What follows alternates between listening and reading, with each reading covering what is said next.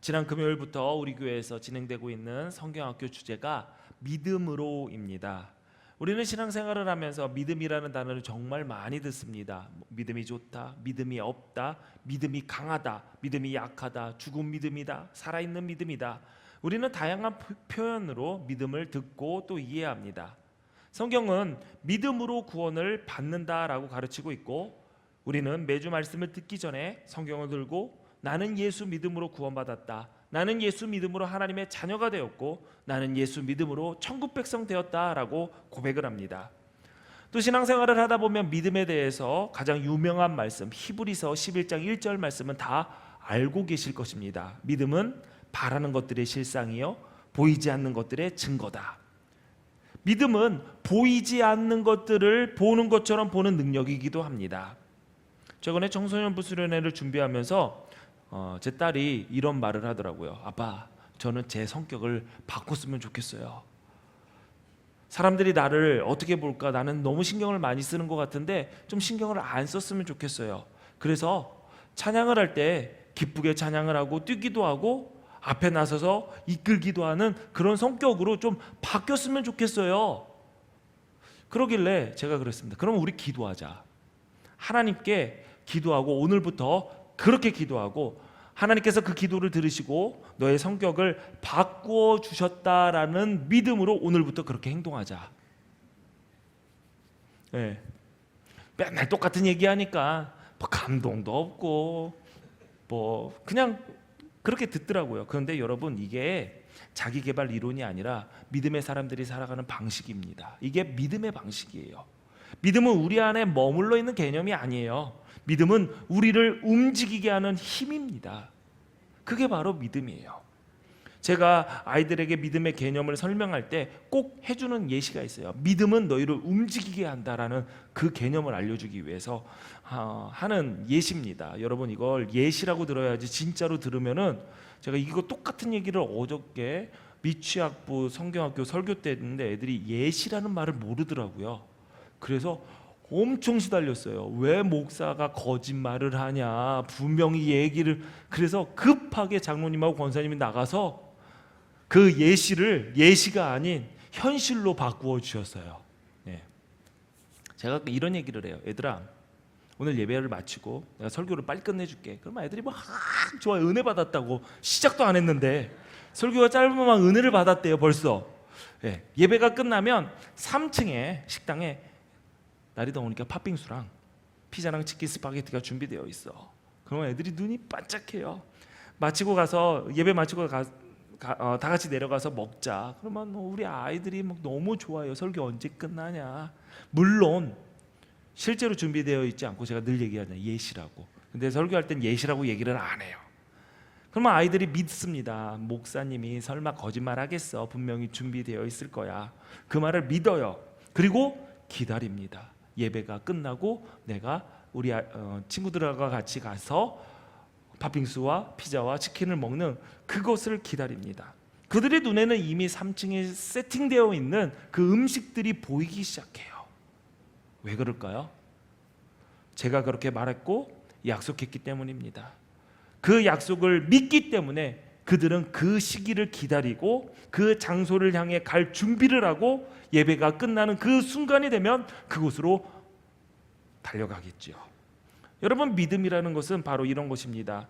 우리는 하나님께서 하신 말씀, 그 약속을 듣습니다. 그리고 마음으로 믿습니다. 거룩하신 하나님께서 거짓말 하실 일 없습니다. 그래서 우리는 보이지는 않지만 들은 그 말씀을 보는 것처럼 믿고 그때를 기다립니다. 그리고 하나님께서 부르실 그날, 우리를 부르실 그날을 기다리며 우리는 그 약속의 터전을 향해, 그 약속을 향해 전진해 나갑니다. 바로 이것이 믿음의 삶입니다. 믿음은 움직이게 합니다. 믿지 않으면 안 움직입니다. 오늘 3층에 팥빙수 없는 거 다 알아. 나 안 믿어. 그런 사람은 절대로 3층으로 내려가지 않습니다. 믿는 사람만 내려가는 거죠. 믿음의 본질은 이런 겁니다. 단순히 어떠한 사실에 대해서 이해나 동의가 아니라 하나님에 대한 알미 자신의 삶으로 연결되는 전 과정을 우리는 믿음이라고 합니다. 그러므로 믿음은 신앙생활을 뿐만 아니라 우리의 삶 속에서 표현되어야 하는 것이고 구체적인 개념으로 정립되고 생각하고 말할 수 있어야 됩니다. 이렇게 믿음에 대해서 설명하자면 몇 주간 설교를 해야 됩니다. 그런데 오늘 잠깐 최대한 간단하게 믿음이라는 것이 무엇인지, 어떤 특징이 있는지, 우리가 믿음을 어떻게 대해야 되는지에 대해서 정말 요약해서 말씀을 드리도록 하겠습니다. 첫째로 믿음의 특징은, 믿음은 살아있는 것입니다.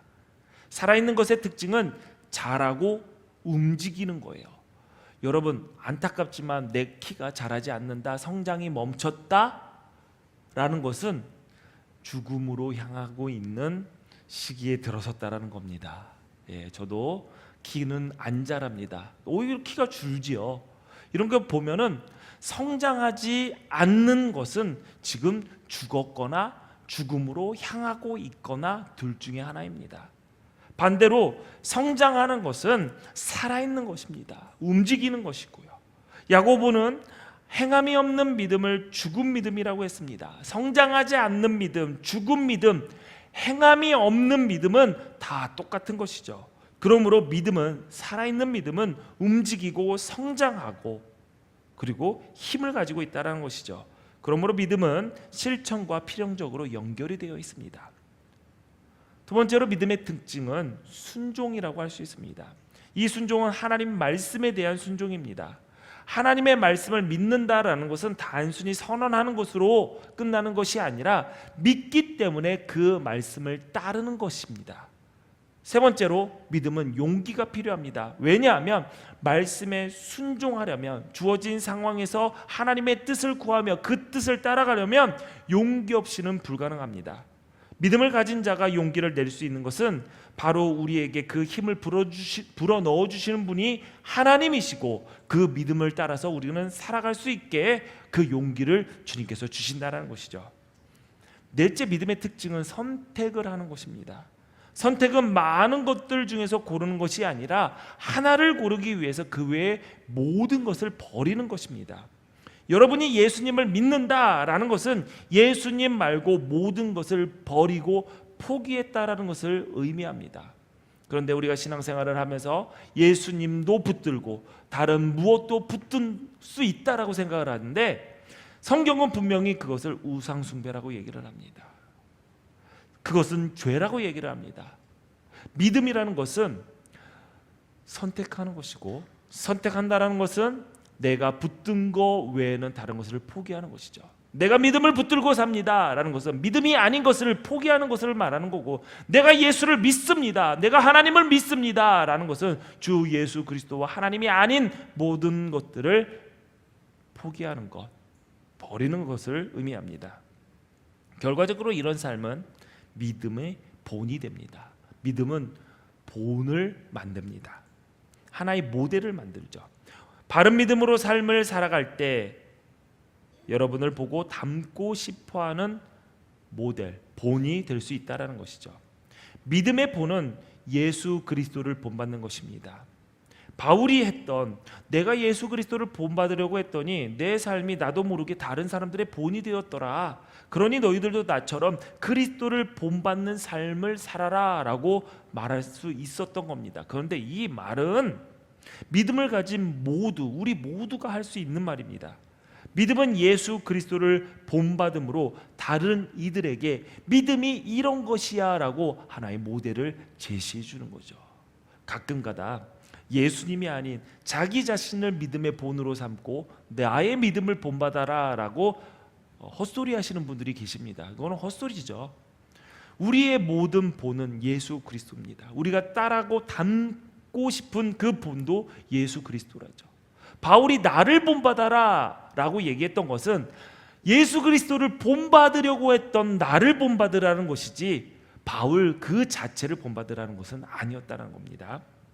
자, 이렇게 믿음은 특징이 있습니다. 그런데 이런 믿음은 처음에 가져야 돼요. 믿음은 자동적으로 훅 들어오는 거나 주어지는 것이 아니라 내가 갖기 위해서 나의 노력도 필요하다는 겁니다. 그리스도인이 신앙생활을 하면서 믿음에 대한 말이 나오면 가장 자주 하는 말이 이런 말이죠. 저는 믿음이 없어요. 제가 믿음이 연약해요.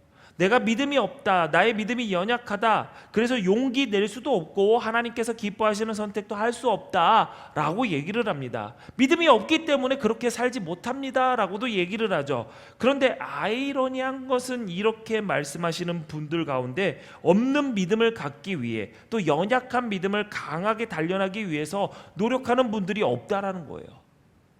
믿음이 없으면 나는 원래 믿음이 없어. 내가 믿음이 연약하면 나는 원래 예전부터 믿음이 연약했어 라고 얘기를 하죠.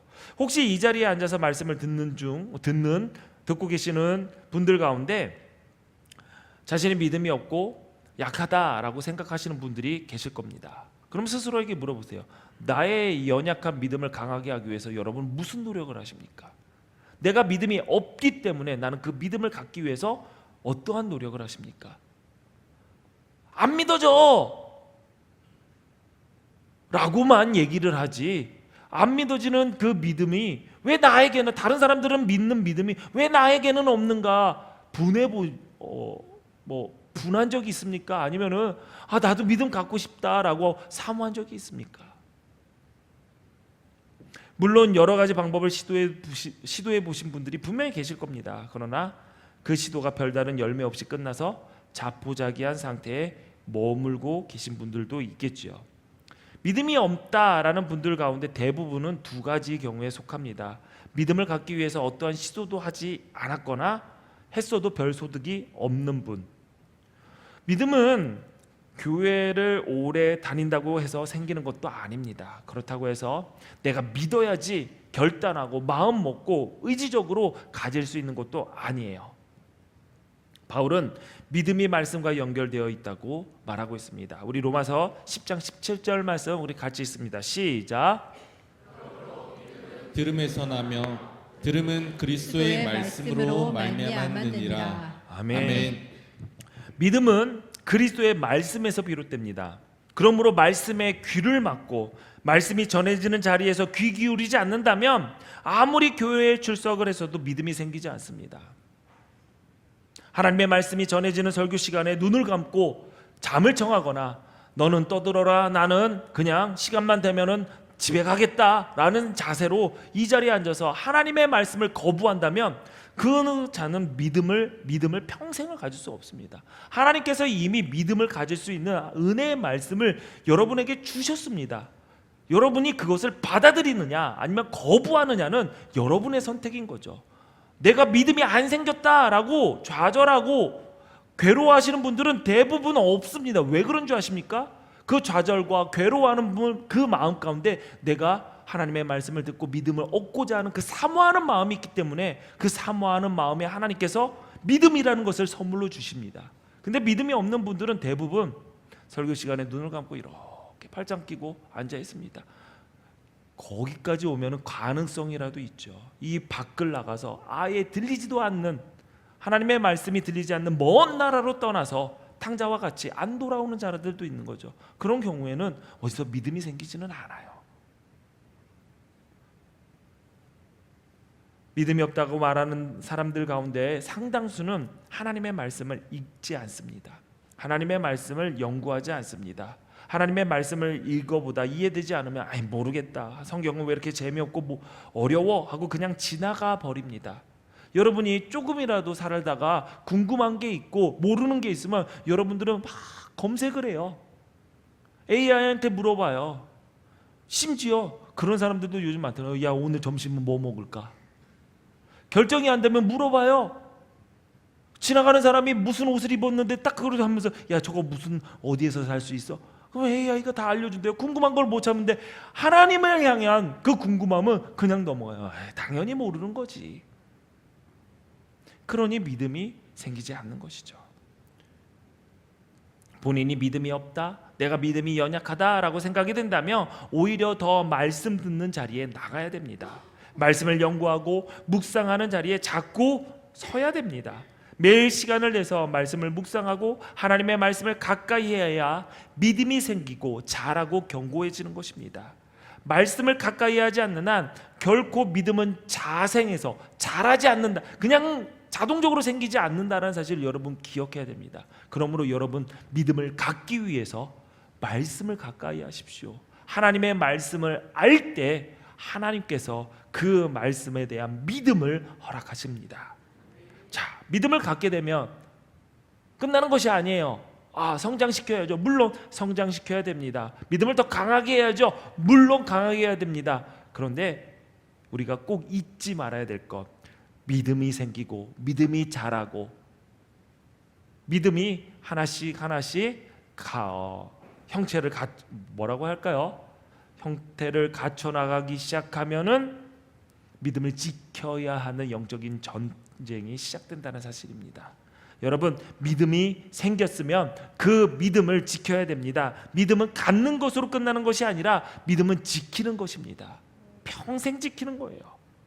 요한계시록 2장을 보면 요한의 편지를 받게 되는 7교회가 나옵니다. 당시 이 7교회는 로마 황제의 극심한 박해를 받던 중이었어요.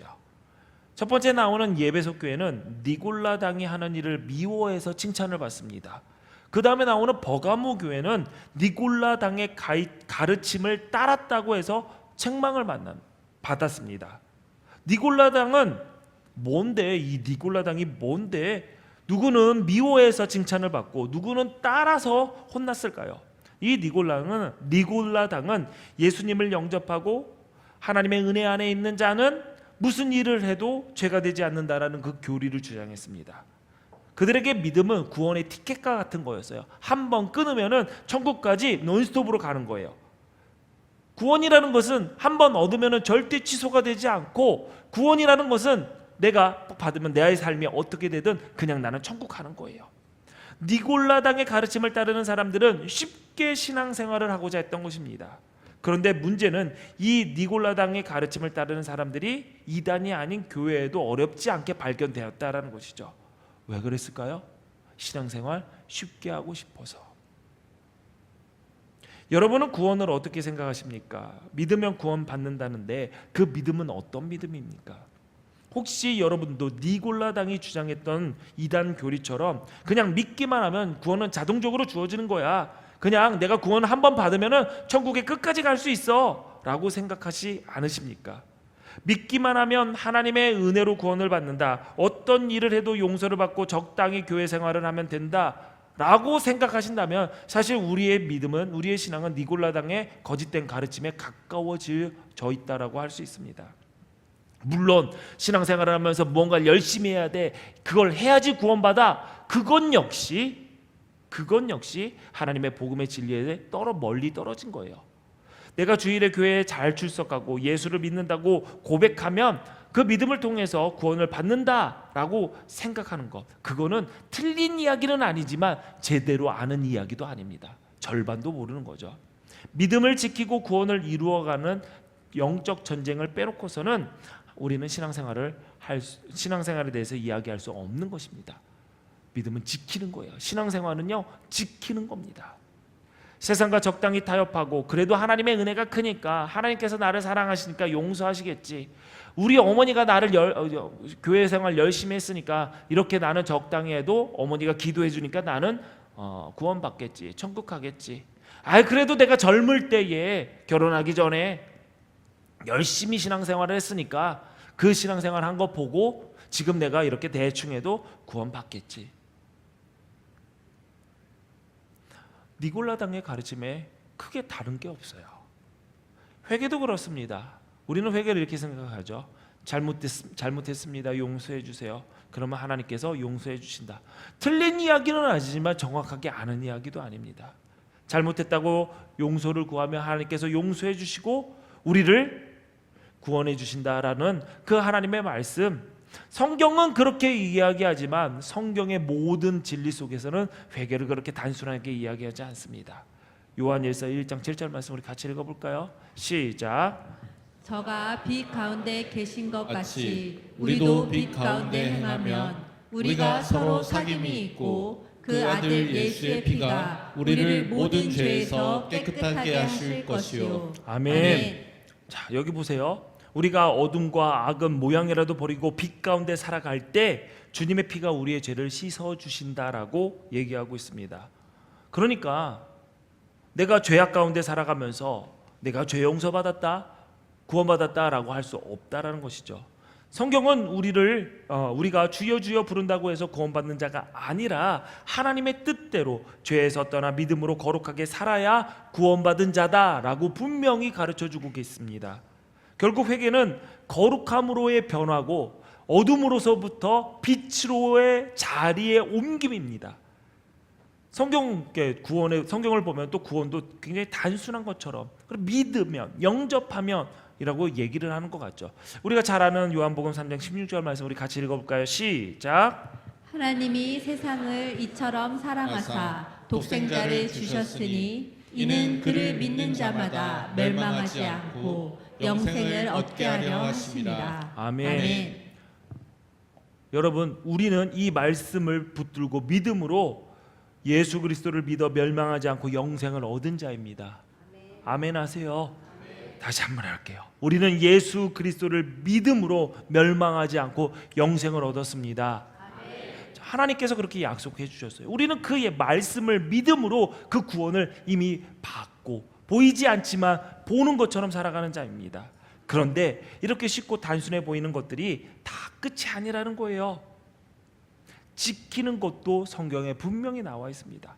다시 요한계시록에 나온 7교회 이야기를 들어볼게요.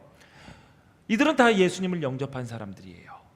그런데 예수님께서 7교회의 칭찬과 책망과 권면하고 나서 이런 얘기를 합니다. 공통적으로 하나님께서 이기는 자에게 주시는 상급이 있다라는 것을 얘기를 해요. 여기서 말하는 이기는 자는 끝까지 믿음을 지키는 자입니다. 여러분, 믿음을 가졌으면은 이겨야 돼요. 믿음을 지켜야 돼요. 끝까지 믿음을 지키는 자의 모습, 그냥 믿는 것이 아닌 거예요. 그 주일날 내가 어떻게든 교회에 나와, 물론 그것도 영적인 전투 중에 하나입니다. 여러분의 선택, 순간순간 선택 가운데서 그래 내가 예수님을 선택했어, 나머지를 포기할 거야 라는 것도 싸움입니다. 영적 싸움이에요. 그런데 요한계시록에 나와 있는 이 싸움, 이김은 단순한 것이 아니더라고요. 죽도록 충성하고 환난과 핍박을 인내하고 낙심하지 않고 자신을 더럽히지 않고 시험과 어려움 속에서 하나님의 말씀을 끝까지 지키고 믿음을 지키는 것을 이기는 것이라고 이야기합니다. 이렇게 목숨 걸고 믿음을 지키는 자에게 주시는 하나님의 상이 여러 가지로 표현되어 있어요. 에베소 교회에게는 뭐라고 했냐면 생명나무의 열매를 주겠다. 서머나 교회에게는 둘째 사망의 해를 받지 않게 해주겠다. 죽도록 충성하면 내가 너에게 생명의 면류관을 주겠다라고 얘기했습니다. 버가모 교회에게는 감춰진 만나 새 이름이 기록된 흰돌을 너희에게 주겠다. 두아디라 교회는 만국을 다스리는 권세를 주겠다. 사대 교회에게는 내가 흰 옷 입혀주겠다. 생명책에 너의 이름을 기록하겠다. 아버지와 천사 앞에서 내가 너를 시인하겠다. 빌라델피아 교회에게는 너희를 하나님 성전의 기둥으로 삼겠다라고 얘기했고, 라오디게아 교회에게는 아버지의 보좌에 함께 앉게 해주겠다라고 얘기했습니다.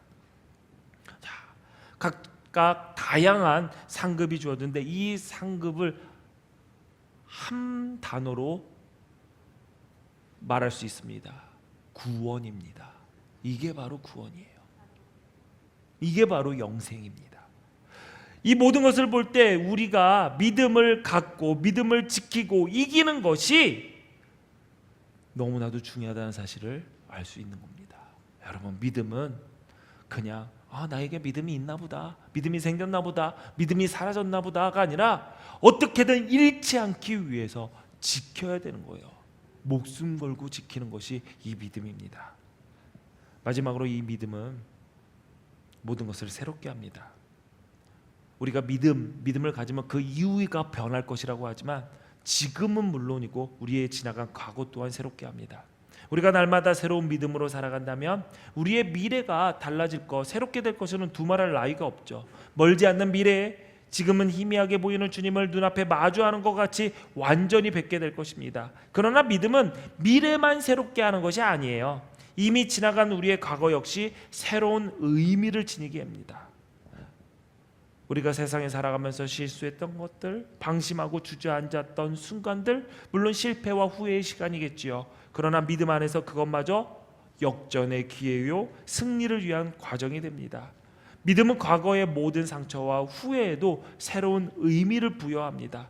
주님을 알지 못하고 살아왔던 그 안타까운 시간들, 낙심하고 무너졌던 시간들까지도 주님을 만나기 위한 여정의 일부로 새롭게 해석될 수가 있습니다. 그것이 바로 믿음입니다. 그래서 믿음이 우리의 과거 또한 새롭게 하는 것입니다. 사랑하는 기둥교회 성도 여러분, 우리는 하나님의 약속의 말씀을 믿음으로 갖게 되었습니다. 그 믿음을 이 믿음이 여러분에게 주어졌다면 그 믿음을 성장시키십시오. 그리고 잃지 않기 위해 지키십시오. 믿음은 끝까지 지켜야 하는 것입니다. 그 믿음을 끝까지 지켜 이기는 우리에게 하나님은 영원한 생명을 상급으로 예비하고 계십니다. 믿음의 길을 걸어가며 날마다 주님과 함께 승리하며 하나님께서 약속하신 영원한 생명의 주인공이 되시기를 주님의 이름으로 축원합니다. 기도하시겠습니다. 사랑의 하나님, 우리는 종종 믿음이 부족하다고 말하면서도 말씀을 가까이 하지 않고 믿음을 지키기 위한 싸움을 게을리할 때가 많았습니다. 주님, 우리의 연약함을 불쌍히 여겨주시고 다시금 말씀 앞에 서게 하여 주옵소서. 세상의 유혹과 현실의 두려움 앞에서도 믿음을 지키는 영적 전쟁을 담대히 감당하게 하시고 날마다 그 믿음으로 살아가며 과거를 회복하고 미래를 소망하는 새 삶을 누리게 하옵소서.